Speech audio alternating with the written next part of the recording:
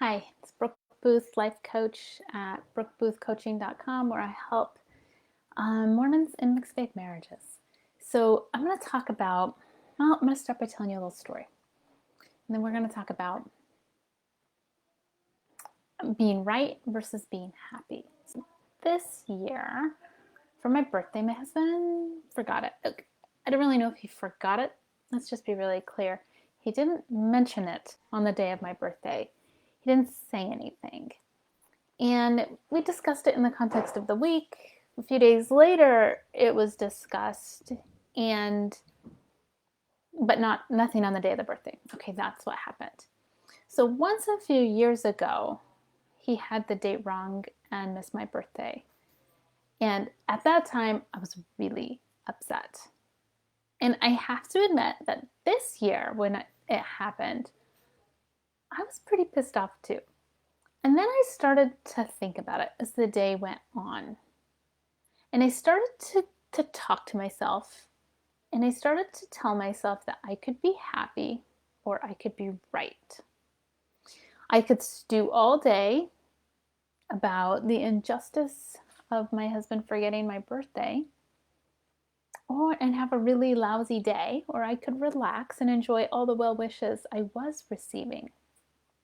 Because ultimately, I was the one experiencing the pain and the frustration. Only me, right? I was the only one experiencing that. My husband wasn't feeling those emotions. He was probably just getting things done at work. I was ultimately ruining my birthday, not my husband. And I decided I didn't want to feel that way on my birthday. I knew I could call my sisters, cousins, friends, I could get them all on board, agreeing with me that my husband had messed up, or I could let it go. When I say let it go, I don't mean letting go of wanting my husband to celebrate my birthday or okay that he forgot. I mean letting go of the hurt and pain that I was feeling.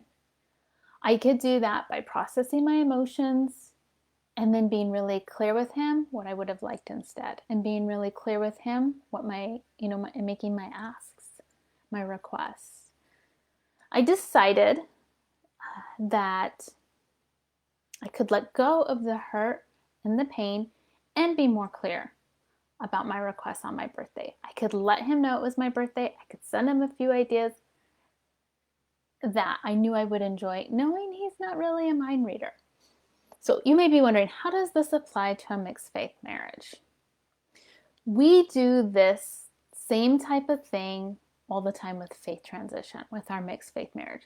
We expect our spouse to act in a certain way. So I had the expectation that on my birthday, my husband should do this, this, and this. And when he didn't, it opened the door wide for me to be really upset. So we do this with our faith transition. We expect our spouse to do this, this, and this. And when they don't, it opens the door wide for us to be really upset. We think things should be a certain way, that they should, say things like happy birthday, or they should do things like understand our faith transition, agree with our beliefs, things like this. And guess what? Sometimes they don't. Sometimes our spouses do not.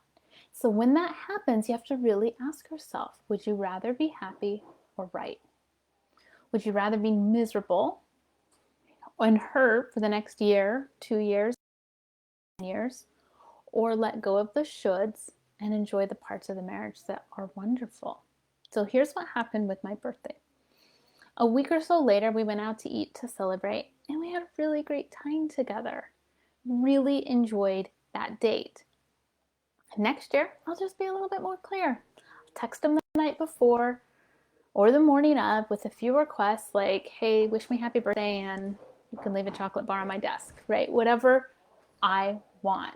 So in my mixed faith marriage, I could let his response to my faith transition tear me up, really piss me off. But I want to be happy more than I want to be right. So I process the emotions, I let them go instead of rehashing and reliving or gathering support for my rightness.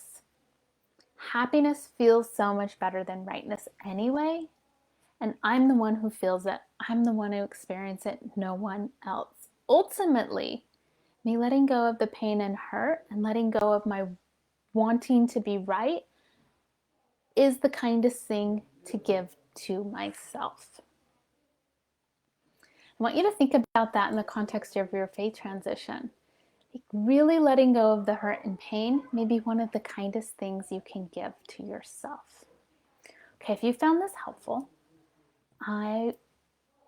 and you want to talk to a life coach about your mixed faith marriage, I would suggest going to my website, brookeboothcoaching.com, and click on the link that says get on a free call. I offer just a very small handful every month.